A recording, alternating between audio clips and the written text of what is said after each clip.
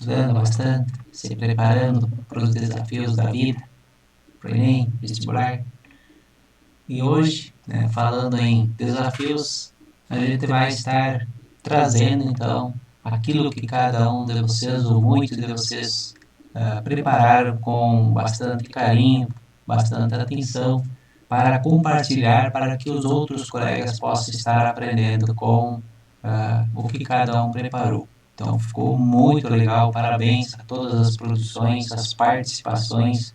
Então isso faz com que a aula fique mais dinâmica e, sobretudo, com pontos de vista diferentes. Isso que enriquece, né, mesmo que a gente não consegue fazer isso em sala de aula, mas aqui isso é possível e fica esse registro para que a gente possa estar compartilhando com todos os alunos essas riquezas, esses pontos de vista e essas produções que cada um fez. Então acompanhem essas perspectivas que o Brasil tem e também vários pontos sobre as regionalizações que o Brasil está classificado. Acompanhamos com atenção.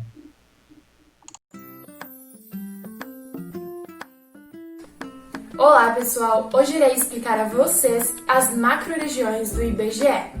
Primeiramente, é importante evidenciar o real significado de regionalizar, do qual diz respeito à classificação do espaço geográfico a partir de critérios específicos. Diante da compreensão desse conceito, torna-se válido a análise de notícias e informações. Dessa forma, se torna evidente que a divisão regional do Brasil apresentou diversas modificações.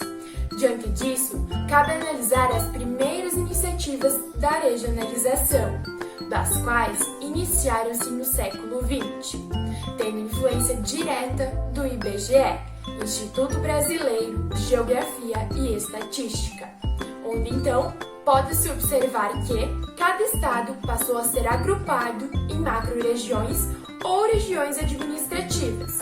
Entretanto, vale mencionar que a primeira divisão regional oficial do Brasil sucedeu-se apenas em 1942 e baseou-se nas formas de relevo e nas interrelações com outros aspectos do ambiente natural. Posteriormente, mais especificamente no ano de 1960, sucedeu-se a revisão dos critérios adotados pela regionalização dos territórios, uma vez que surgiram diversas transformações no espaço geográfico, por consequência, principalmente, do homem. Nesse sentido, pode-se analisar dados dos quais mostram de forma evidente que os aspectos econômicos se sobrepuseram aos aspectos naturais. Diante disso, novas transformações ocorreram. Em 1970, o IBGE apresentou novas alterações, porém, os nomes concebidos perduraram até os dias atuais. Ou seja, a divisão regional baseia-se em 5 macro-regiões, cujas são reconhecidas como Norte, Nordeste, Sudeste, Sul e Centro-Oeste. Ademais, vale frisar que as divisões foram estabelecidas a partir da Constituição de 1988, já pelo IBGE somente em 1990. Sem dúvidas, as mudanças ao longo desse tempo foram constantes. Porém, atualmente, visualiza-se 5 macro-regiões, 27 unidades políticas administrativas, sendo 26 estados e um Distrito Federal. Todas apresentam características distintas, devido a vários fatores, tais como história, desenvolvimento, população e a economia. Justamente por isso, a região Centro-Sul é a mais desenvolvida, tanto economicamente quanto nos indicadores sociais. A partir destes dados, surge o questionamento: como será o Brasil do futuro? Acredito fielmente que teremos mais facilidade de acesso em todos os quesitos. Conviveremos diariamente e incansavelmente com a tecnologia. Os robôs serão nossos grandes companheiros. Sem dúvidas, a locomoção será mais limpa e silenciosa. Entretanto, teremos de enfrentar consequências do aquecimento global. Dentre estas, a escassez da água, o aumento médio da temperatura global, da qual fará com que, muito provavelmente, o Nordeste seja comparado com o deserto do Saara. Além disso, o aquecimento poderá alterar os mapas. Dessa forma, interliga-se ao estudo presente, uma vez que sucederá o derretimento do gelo e, consequentemente, as populações migram para os centros urbanos. Desse modo, teremos cidades de fato verticalizadas. Teremos uma população também com uma idade elevada. Portanto, torna-se importante repensar nas nossas atitudes. O momento para isso é agora.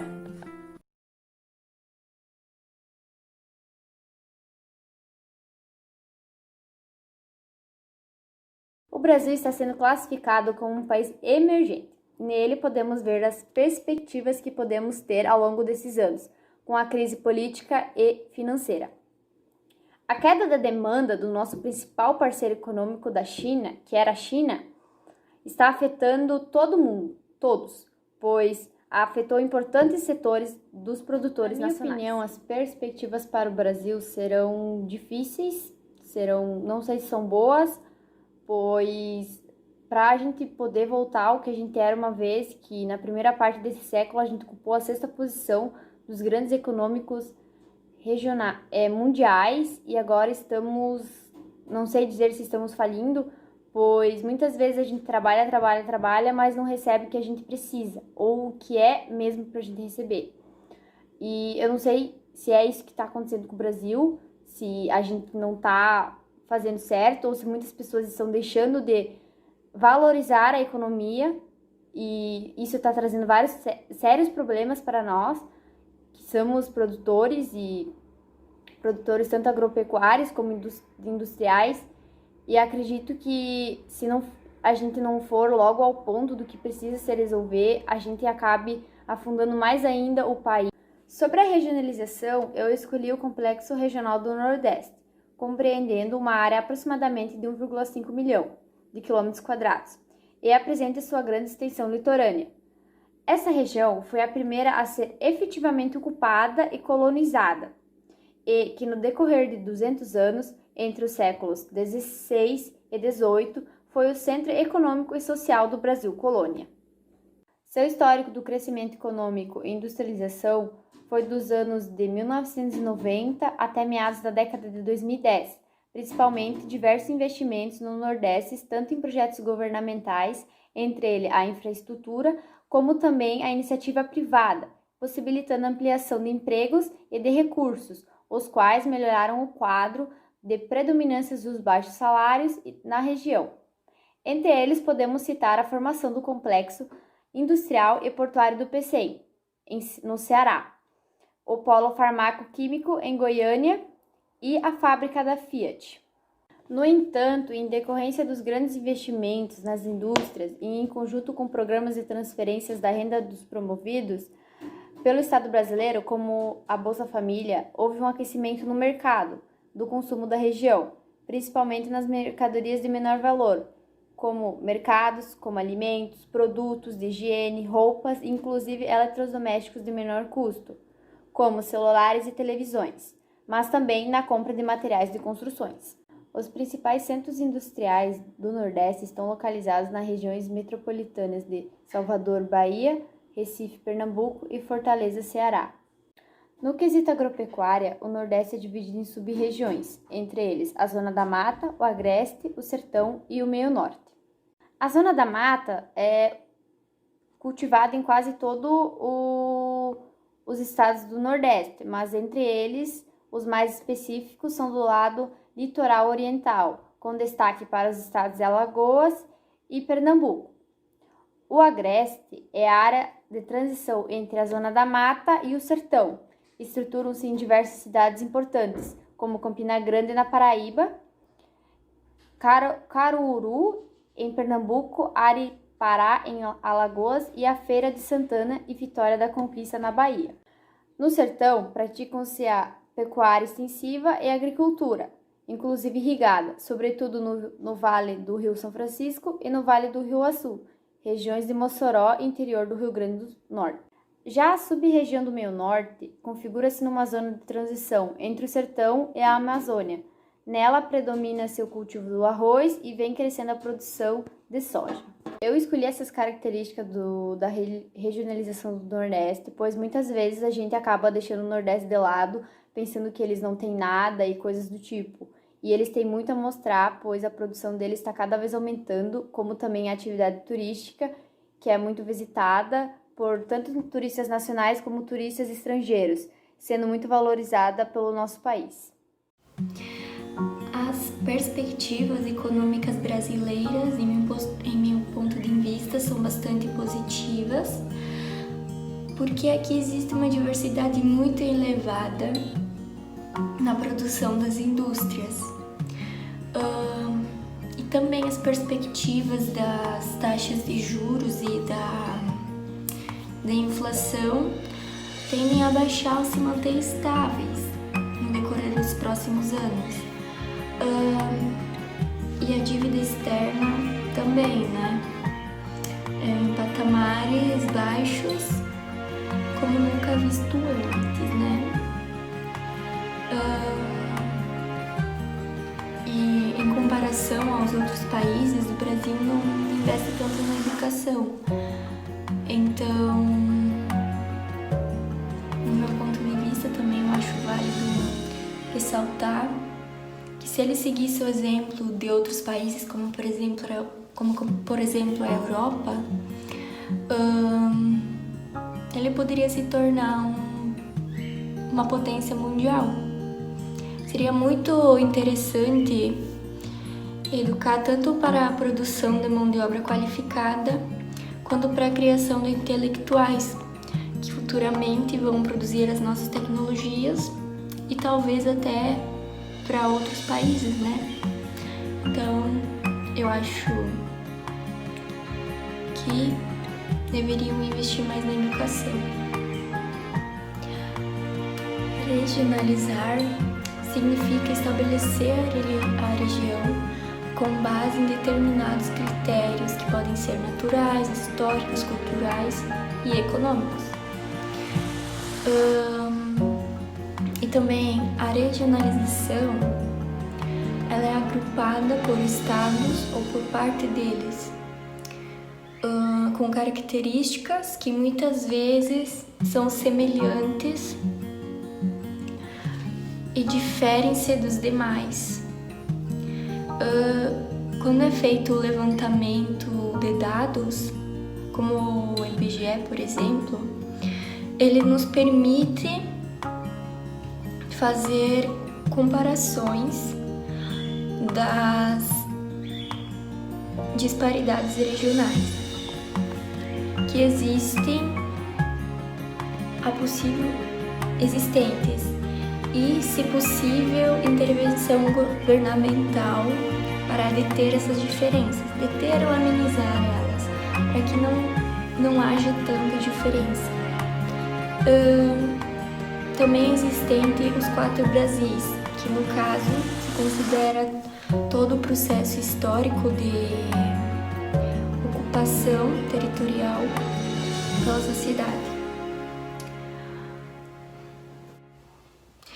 A gente pode citar as divisões sociais, sendo ela a região concentrada, o centro-oeste, o nordeste e a Amazônia. Uma das características da Amazônia é que ela é uma região de baixa densidade demográfica e também ela possui pouco recurso tecnológico. Isso também é um ponto negativo de lá, né? Também temos a Zona Franca de Manaus, que fica localizada na Amazônia. Ela concentra grande parte da indústria eletrônica instalada no país. Os polos de maior expressão econômica são a de indústria de extrativa mineral e a metalurgia de alumínio. Uma das características da Amazônia também, que eu acho válido ressaltar, é que a Amazônia é o coração do nosso Brasil, né? Ela tem grandes proporções da fauna e da flora, e é uma pena que, com o decorrer dos anos, os animais estejam em extinção e em questão das queimadas também.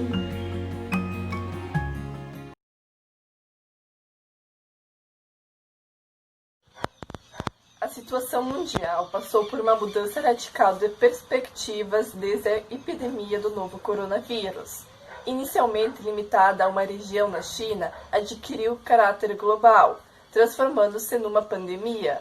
O impacto econômico inicial até meados de fevereiro ocorreu principalmente no país de origem, porém rapidamente estendeu-se aos mercados financeiros mundiais. Hoje, medidas de isolamento social ou quarentena abrangem quase todos os países, numa escala e velocidade nunca antes vistas, nem mesmo em períodos de guerra. O processo de transformação da sociedade e da economia na segunda metade do século XX e certamente no século XXI, que agora se inicia, acelerou-se consideravelmente, trazendo dificuldades sérias tanto para os que vivem nos dias atuais como para aqueles que têm por profissão a obrigação de refletir e procurar caminhos para a sociedade atualmente. Emprega-se com frequência palavras como globalização e regionalização, expressões que têm grandes implicações geográficas e políticas. Os países mais desenvolvidos alcançaram um patamar de crescimento muito elevado, principalmente os Estados Unidos, Japão e alguns países da Europa. Por isso, chegaram a um ponto em que suas economias se estagnaram e algumas chegaram a declinar. Não atingiram um saldo negativo, mas houve uma baixa na taxa de crescimento. Entretanto, países emergentes como Brasil, Índia e China começaram a adquirir crescimento. São esses países principalmente que apresentam as maiores taxas de crescimento econômico nos últimos anos e que, segundo alguns economistas, chegarão ao mesmo nível e patamar de países desenvolvidos. O Brasil ainda é um país agrícola, com uma economia baseada no campo. Se no passado a ideia era exportar a matéria-prima bruta, a concepção agora tem de ser outra, agregar valor a essa matéria-prima. Em vez de exportar soja, agrega-se valor, industrializando-a, produzindo biodiesel, óleo para a cozinha e outros derivados para exportação. A exemplo de outros países, é necessário investir em educação, tanto para a produção de mão de obra qualificada, quanto para a criação de intelectuais que produzirão as tecnologias. Esses são os pilares básicos para o Brasil se consolidar como uma potência mundial. O desemprego permanece como um obstáculo, mesmo que a conjuntura melhore. Muitos brasileiros devem continuar sem trabalho na próxima década, em meio à digitalização e ao abismo entre baixa qualificação profissional e exigências dos empresários. A crise ambiental para a qual o modelo insustentável de desenvolvimento do ser humano conduziu a Terra tem facetas preocupantes. As mudanças climáticas ameaçadoras e transversais, a perda dramática de biodiversidade, a redução drástica de água doce disponível, a poluição letal do ar, a profusão de plástico nos mares e oceanos, a pesca excessiva. A humanidade não está a caminho de cumprir as metas estabelecidas para 2030 e 2050 nos diversos acordos internacionais sobre mudança climática, desenvolvimento sustentável e produção ambiental. É necessário adotar medidas urgentes em uma escala sem precedentes para deter e reverter essa situação e assim proteger a saúde humana e ambiental, diz a ONU. A parte positiva é que conhecemos as medidas que devem ser tomadas e que, inclusive, estão em tratados internacionais, como o Acordo de Paris ou os chamados Objetivos de Desenvolvimento Sustentável, ODS. Temos que frear a perda de biodiversidade e a poluição do ar, melhorar a gestão da água e dos recursos, acalmar as mudanças climáticas e nos adaptar a elas, usando os recursos com eficiência, Mas o mais negativo é que os diferentes estudos científicos analisados apontam que os países não estão se movendo nessa direção. Apesar dos retrocessos, o Brasil é um dos países mais importantes do cenário internacional. Apesar dos retrocessos, o Brasil é um país importante no cenário internacional. O país integra o G20, fórum que reúne países desenvolvidos e emergentes e discute propostas relativas ao sistema financeiro internacional e à economia global.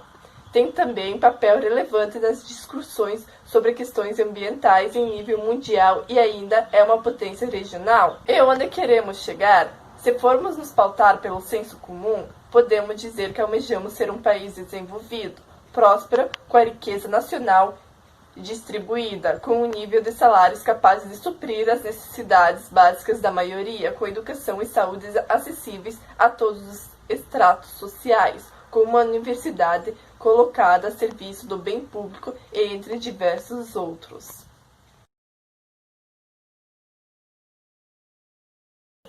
Regionalização no território brasileiro. Regionalizar significa estabelecer regiões com base em determinados critérios, que podem ser naturais, históricos, culturais ou socioeconômicos. Uma regionalização pode ainda interrelacionar mais de um desses aspectos, desde que garanta um caráter de individualidade da região, distinguindo-a das demais.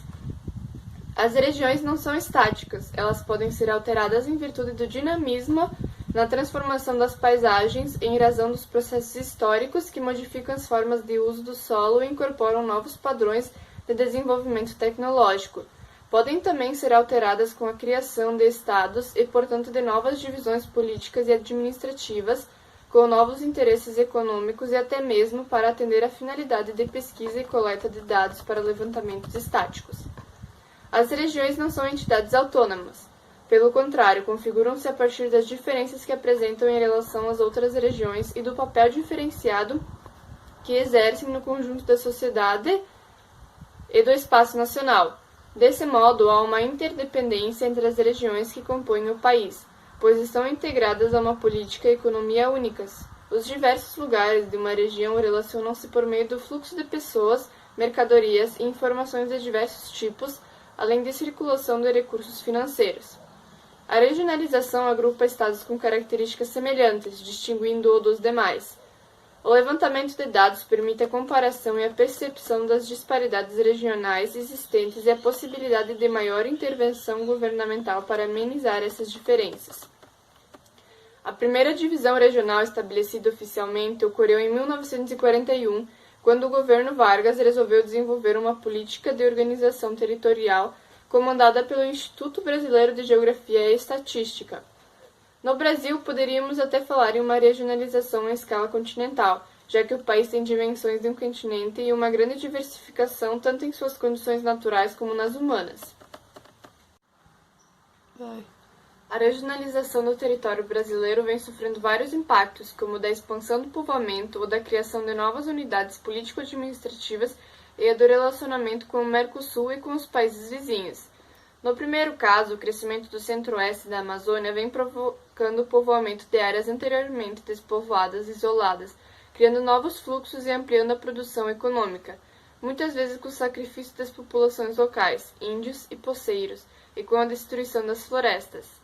A expansão do povoamento é altamente predatória, podendo-se admitir que a destruição da floresta pelas madeireiras, seguida da cultura da soja e da pecuária extensiva, provocam fortes impactos sobre a população local e os imigrantes que chegam à área e modificam as paisagens e as condições ecológicas.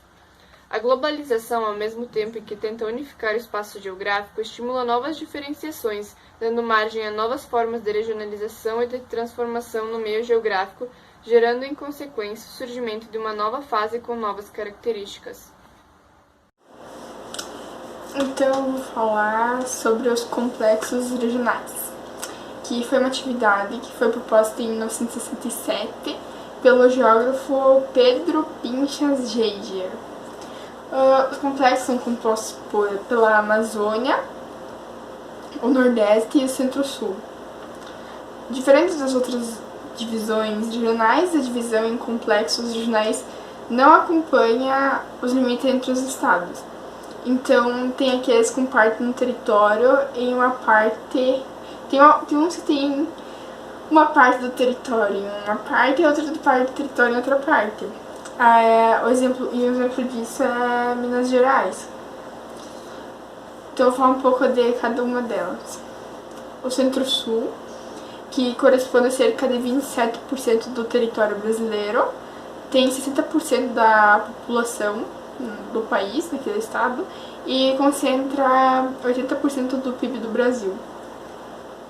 A economia é bem diversificada, varia entre a produção industrial e agropecuária até o setor de serviços. Boa parte dos investimentos que tem, então, boa parte dos investimentos que tem ali no Centro-Sul vem de São Paulo, Rio de Janeiro ou Minas. Então, o Nordeste, formado por 8 estados, mais o leste do Maranhão e o norte de Minas. Corresponde a cerca de 18% do território nacional, abriga 30% da população do país. Essa região ela era muito rica quando o Brasil era o Brasil colônia, mas agora ela é um dos piores, tem piores índices sociais de todos os outros. E a Amazônia, que ocupa 55% do território nacional, onde vive 10% da população do país. Durante os governos militares, que aconteceu entre 1964 até 1985, a ocupação e a colonização da região era uma forma de impedir a exploração de recursos naturais. Tipo, eles ficavam lá abrigados para que o pessoal de fora, os estrangeiros, não vinham e roubassem ou destruíssem os recursos naturais. Aí também teve a expansão de grupos guerrilheiros que eram contra o governo. Também era para não acontecer nada disso. Acho que era só. Olá! Conforme o trabalho proposto, pesquisei sobre a infraestrutura no Brasil, primeiramente sobre as suas perspectivas, seguido da região que melhor representa esse setor. Então, primeiramente, o que é a infraestrutura? Ela é o conjunto de atividades e estruturas econômicas. No Brasil, essa infraestrutura possui deficiência, ocasionando assim o crescimento econômico brasileiro. Essa precariedade acontece devido a serviços razoáveis, quanto ao saneamento básico, setor elétrico e principalmente quanto aos transportes, fazendo com que haja uma redução da competitividade e da produtividade da própria economia, diminuindo também de forma direta o bem-estar da população. De acordo com o site Terraço Econômico, além de desprovido de uma infraestrutura sólida, o pouco que o Brasil tem está se deteriorando ano a ano. Conforme um levantamento feito em 2017 pelo Índice de Preços ao Consumidor Amplo, o IPCA, medido pelo Instituto Brasileiro de Geografia e Estatística, o IBGE, o total de investimentos em infraestrutura em 2014 foi o auge, com 166,5 bilhões de reais. E desse momento em diante, em 2017, esse valor diminuiu mais do que 30%. Ainda, as últimas 2 décadas, cerca de 2% do PIB brasileiro tem sido investido em infraestrutura. Isso corresponde a uma taxa que não chega a ser suficiente para cobrir a depreciação do capital fixo per capita. Um investimento adicional de 1% do PIB seria necessário apenas para compensar tal depreciação. É argumentado de que o Brasil teria de que investir um adicional de 2 a 4% pelo menos do PIB entre 2 décadas. O maior e melhor estado que representa infraestrutura no Brasil é São Paulo, onde as exportações paulistas são impulsionadas. O transporte rodoviário é de qualidade e a intermodalidade é o que diferencia de outras regiões. Os entroncamentos multimodais permitem integrar o transporte por rodovias, ferrovias e o sistema hidroviário até os portos e os aeroportos. Em 2015, o Porto de Santos movimentou 119,9 milhões de toneladas de carga. No total, 5.144 navios atracaram no Porto Santista no período. Já o Porto de São Sebastião movimentou 730 mil toneladas em 2014. Tanto para o mercado interno quanto para o externo, a infraestrutura de transportes garante a São Paulo indicadores que transformam na maior potência econômica do Brasil. Brasil, perspectivas e regionalização. Brasil, um país emergente. Na primeira década deste século, o Brasil alcançou a 6ª posição entre as economias mundiais, mas o cenário se modificou entre os anos de 2014 e 2015, onde grandes empreiteiras brasileiras se envolveram em um escândalo de corrupção apurado pela Justiça, no qual gerou uma crise econômica. Apesar dos retrocessos, o país é integrante do G20, fórum que reúne países desenvolvidos e emergentes, e discutem propostas relativas ao sistema financeiro internacional e à economia global. Crise política e econômica. A crise brasileira relaciona-se à crise global e à desaceleração da economia da China, e um dos fatores principais da crise foi o conjunto de políticas internas para lidar com a crise mundial e para manter o crescimento econômico brasileiro. Potencialidades e desafios internos. Neste início do século XXI, em meados da década de 2010, o grande desafio era justamente a superação da grave crise que atingiu o país, provocando grande estagnação na economia e elevação dos índices de desemprego. Outro problema que compromete a competitividade brasileira no mercado internacional e provoca um impacto no custo de vida, principalmente dos brasileiros mais pobres, é a elevada carga tributária. Infraestrutura. Necessidades e limites. Um dos fatores limitantes do crescimento econômico do Brasil é a deficiente infraestrutura, como no caso dos transportes. Existem poucas redes ferroviárias e hidroviárias no Brasil. Além disso, os principais portos brasileiros trabalham no limite de suas capacidades. Regionalização no território brasileiro. Regionalizar significa estabelecer regiões com base em determinados critérios, que podem ser naturais, históricos, culturais ou socioeconômicos. A regionalização do Brasil em complexos regionais ou regiões geoeconômicas foi proposta em 1967 pelo geógrafo Pedro Pincer Geiger. Os complexos regionais são a Amazônia, o Nordeste e o Centro-Sul.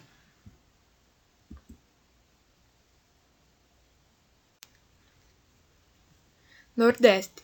O Complexo Regional do Nordeste compreende uma área de aproximadamente 1,5 milhões de km² e apresenta grande extensão litorânea. Sua estrutura socioeconômica está associada à irregularidade das chuvas no sertão, e se explica também o fato do Nordeste apresentar proporcionalmente o maior índice de terras improdutivas. 1. Industrialização e crescimento econômico. Na área de produção energética, o Nordeste é o principal polo de geração de energia eólica do Brasil, porém, a pobreza ainda afeta milhões de nordestinos. 2. Principais centros industriais.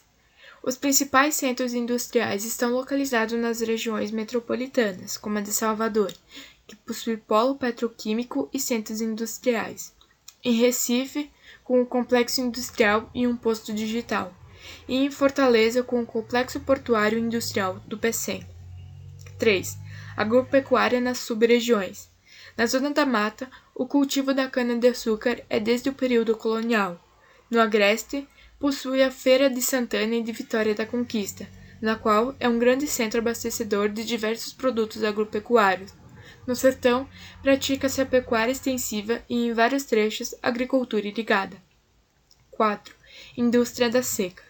A seca é um fenômeno natural que ocorre periodicamente no Nordeste, mas devido à tecnologia deste século, foi possível fazer a dessalinização irrigação, retirada de água subterrânea, técnicas de armazenamento de água, suprindo um pouco a necessidade da falta de água. 5. Atividades turísticas. O turismo é uma atividade econômica do Nordeste que gera e rende milhões de empregos e é muito visitada por turistas estrangeiros devido às belezas naturais existentes lá. Centro-Sul. O Centro-Sul do Brasil é a região mais dinâmica em termos econômicos, financeiros e educacionais e ocupa uma área de aproximadamente 2,2 milhões de quilômetros quadrados. Ele concentra também os dois principais polos econômicos do Brasil, o Rio de Janeiro e São Paulo, além de concentrar as grandes universidades, centros de pesquisas públicos e privados. 1.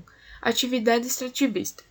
O Centro-Sul destaca-se em diversos setores extrativistas, como minérios, polo petrolífero e de gás natural. Agropecuária. Desde a década de 1970, a agricultura se intensificou devido ao uso da tecnologia.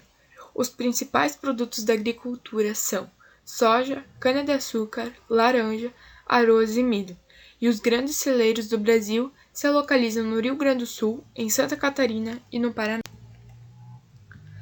Amazônia. O Complexo Regional da Amazônia compreende uma área de aproximadamente 4,8 milhões de quilômetros quadrados, na qual vivem 18 milhões de pessoas, ou seja, 10% da população brasileira. Na Amazônia vivem diferentes povos indígenas desde as épocas pré-históricas, e aproximadamente 725 mil quilômetros quadrados, ou 17% da floresta amazônica, já foram desmatados para a formação de áreas agropecuárias. Rodovias como os vetores de desmatamento. O Complexo da Amazônia é um dos menos servidos em transportes rodoviários e o melhor em hidroviário. A construção e a recuperação de rodovias que cortam a região amazônica são cercadas de polêmicas entre diferentes setores da sociedade. Muito bem, parabéns então aos alunos que foram escolhidos para essa primeira parte. A gente vai estar fazendo a segunda parte para estar liberando e disponibilizando para todos também.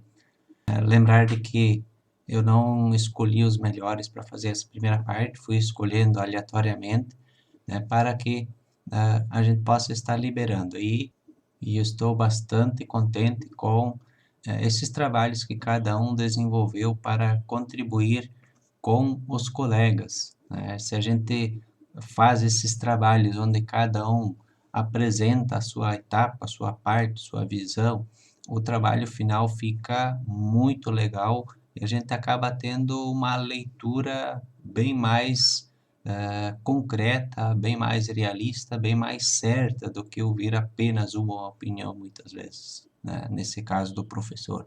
Então, a gente fica muito feliz com as perspectivas que vocês têm do Brasil, né? E da mesma forma das próprias regionalizações que o Brasil está classificado, e também elas são usadas para os mais diversos fins. A gente pode ver que com esse compartilhar, de fato, a gente consegue ter uma abertura de horizontes bem interessantes.